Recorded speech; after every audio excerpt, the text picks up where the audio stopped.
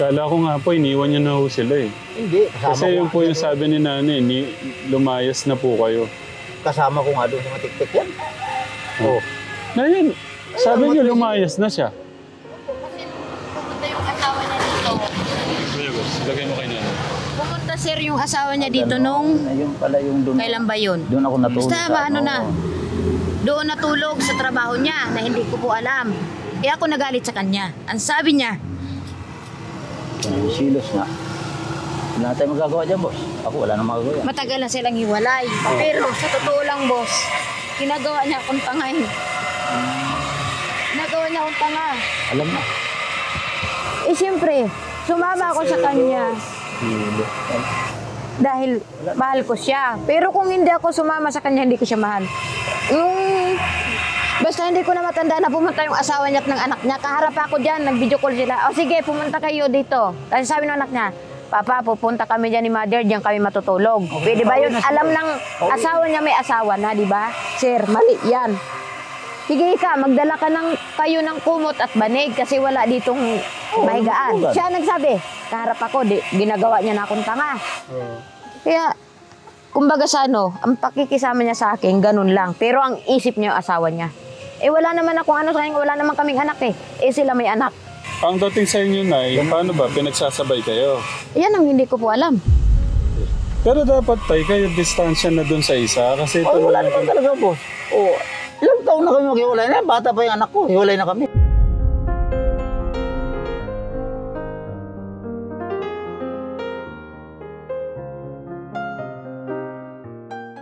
Hindi, kumari lang. Maghiwalay na lang kami. Bahala na siya sa buhay nila sa anak niya. Kung ganyan lang naman palang sasabihin sa akin, hindi naman kakatuwa yan, boss. Hindi kakatuwa yan. Matagal na rin kami magkasama niyan. Doon pa sa baba, sa dulo ng semeteryo. Ako, umiinom ako, pero yung junior nga na MP, hindi ko nga kalahati nga lang. Andyan, kalahati din, tatakpa ko lang, ayos na. Tutulog na. Pero kung ganyan ang usapan, ay kung masagi lang, sasabihin masagi, ganun lang siguro. Pero kung talagang siya, hindi naman sa boss, nasa pinag-usapan na natin yung ganyan bagay, no? Eh, bukod sa kabastusan, no? Ibig sabihin ng ari ko, papasok ba dyan? Ako po. Hindi, 12 anos lang nga, wala pa nga 12. No, dito. Ngayon pa lang nagdo-12. Ang ari ko ba, papasok ba dyan? At saka nandiyan ang nanay. Isa rin ka balasubasa na lang yan. Parang, kalma lang ho kayo. Parang nanginginig po kayo. Hindi, pagod lang, boss.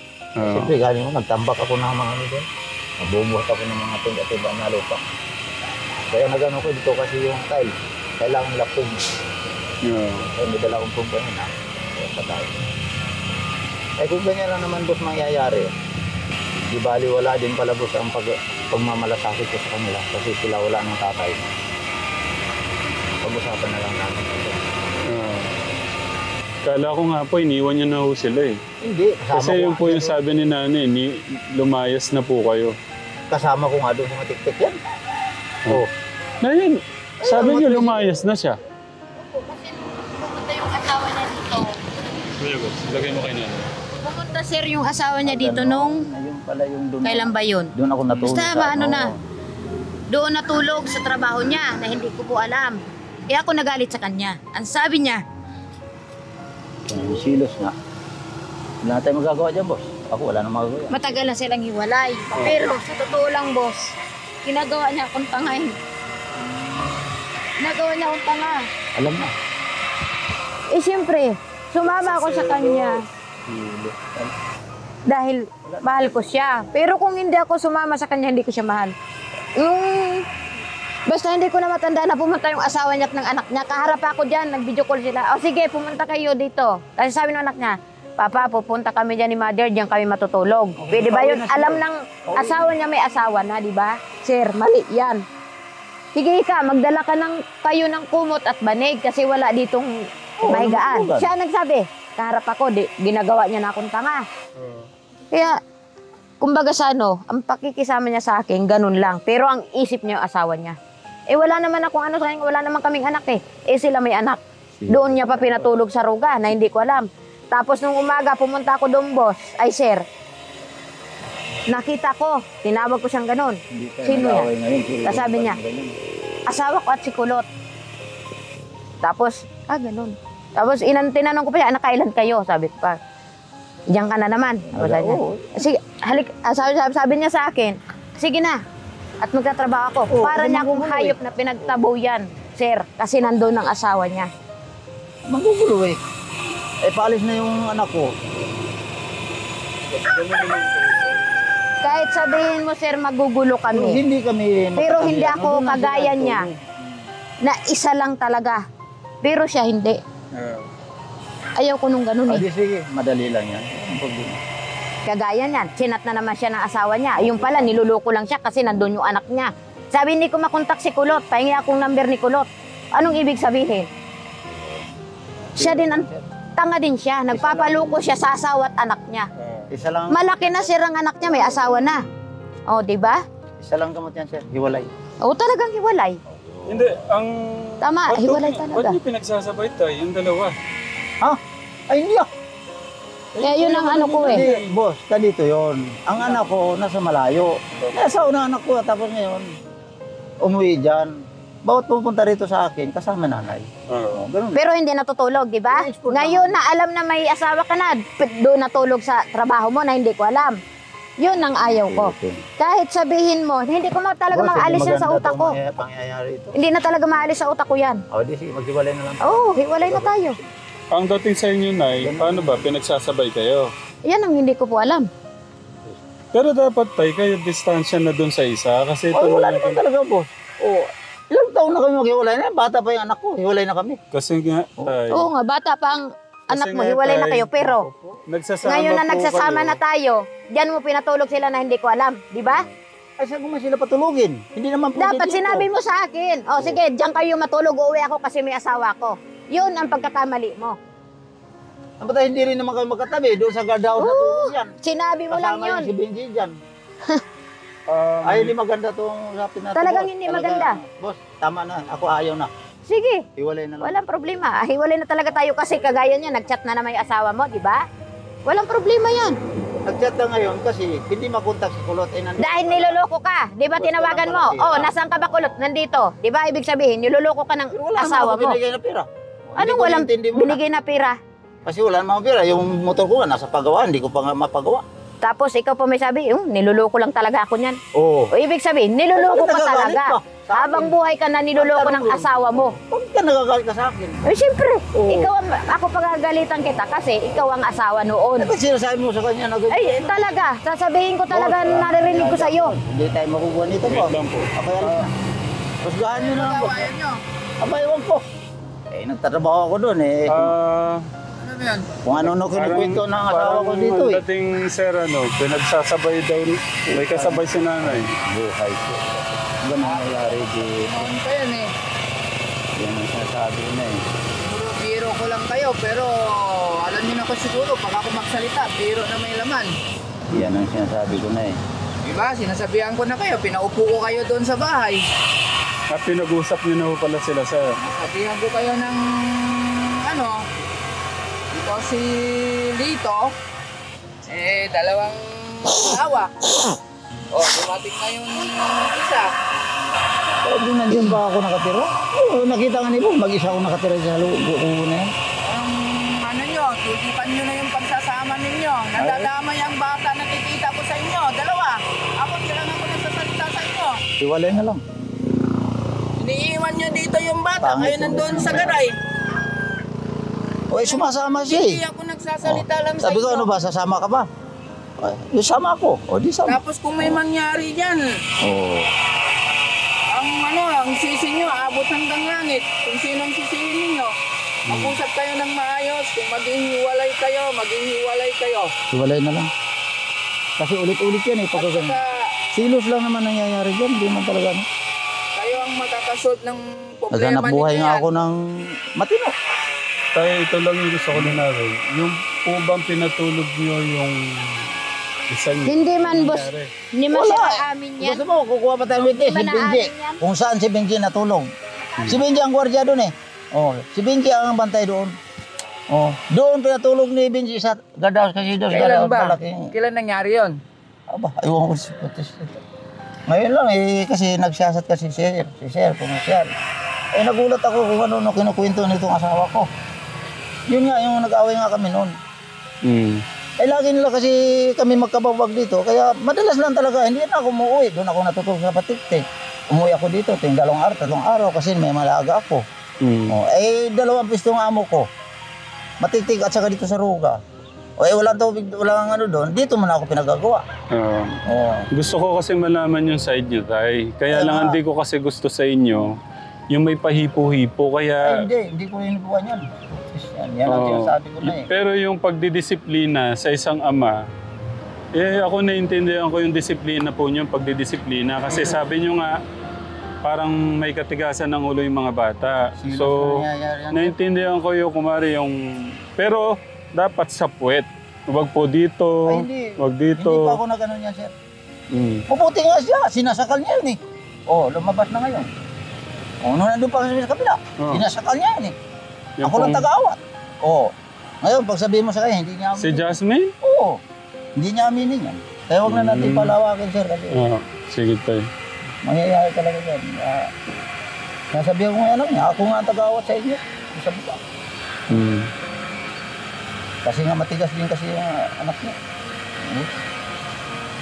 Magtatrabaho ako doon sa road ko. Mamaya, nandiyan na sila. Bakit hindi nyo alam? Maraming mawawala sa kubo. Mga manok. Bit-bit pa nga isang manok ko, nilagay sa bag. Patay pagkatapos. Tapos yun, ganyan-ganyan nangyayari. Talagang, nandiyan siya. Bakit po, ano yung bata? Eh, hinayaan lang yung bata, nakapangahaw sila. Kinuha ko nga. Yung po ba sinasabi niya na linayasan niyo sila, yun po yung nagsama po kayo nun? Oo. Pero kaya pala. matagal na yun. Oo, madalas na ako nung lagi kami nag-aaway dito. Okay lang po kayo, sir? Doon ako natutulog sa garay.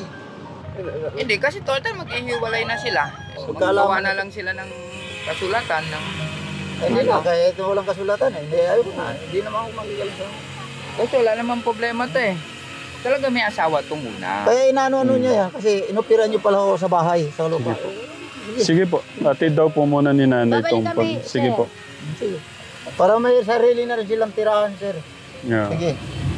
Para may sarili na rin silang Ano naman dyan, ang point ko naman dyan, eh, parehas sila nagtulungan.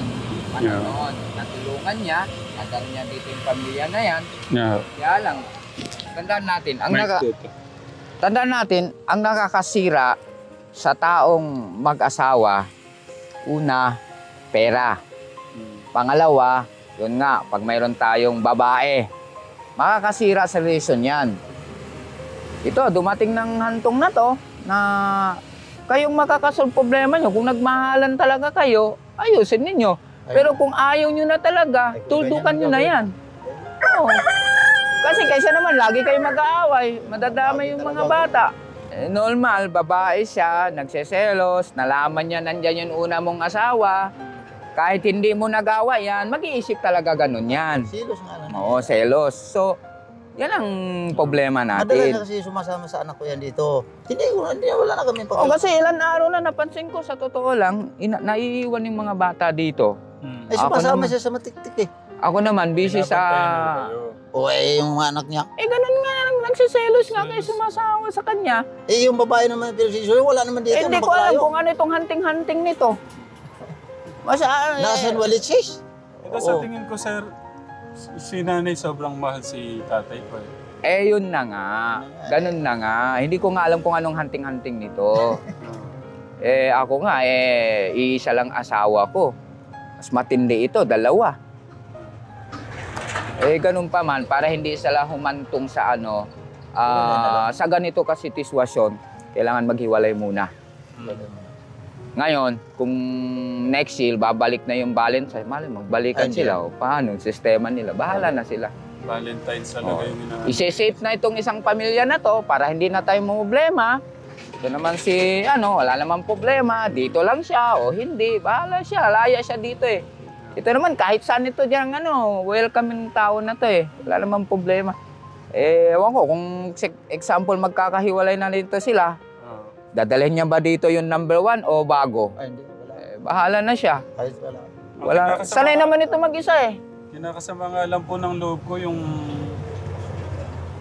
sinasabi ni nanay na ano. Hindi po ang guro yung si Jasmine.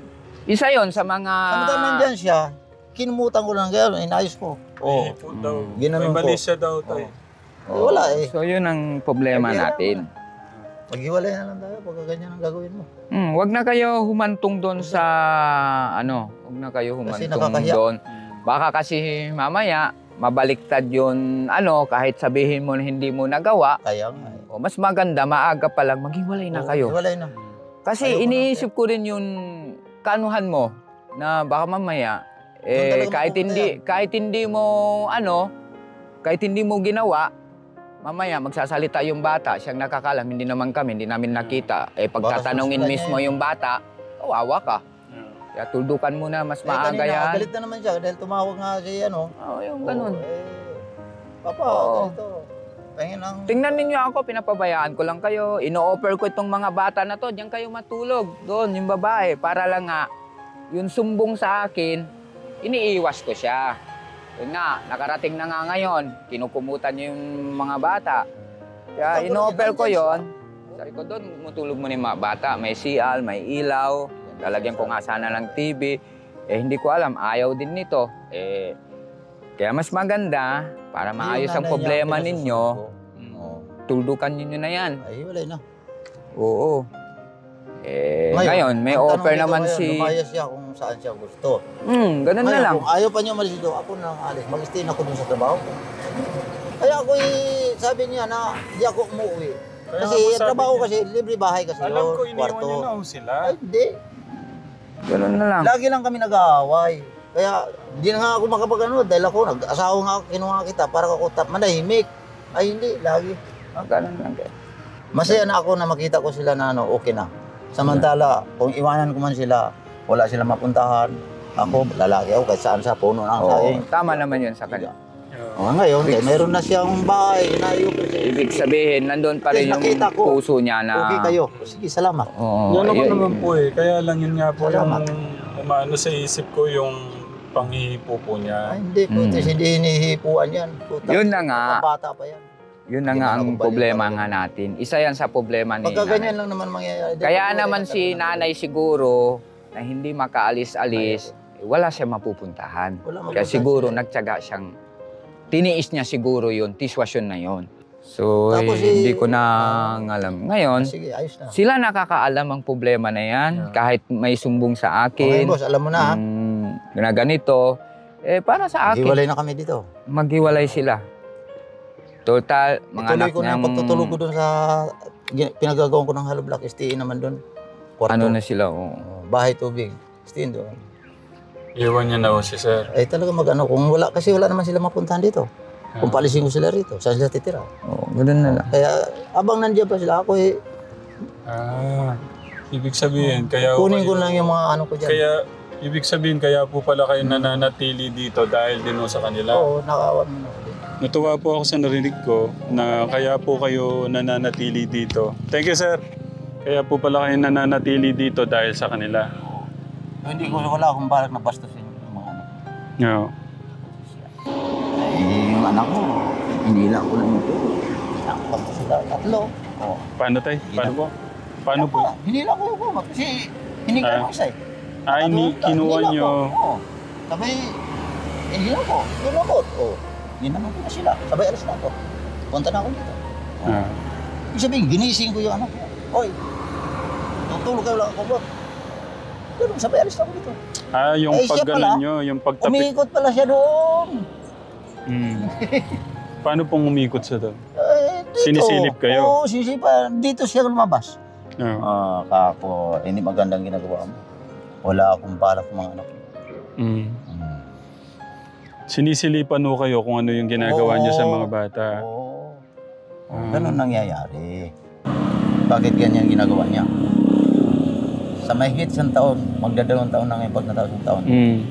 Ganyan lang para mangyayari sabihin mo sa akin. okay na. Wala problema.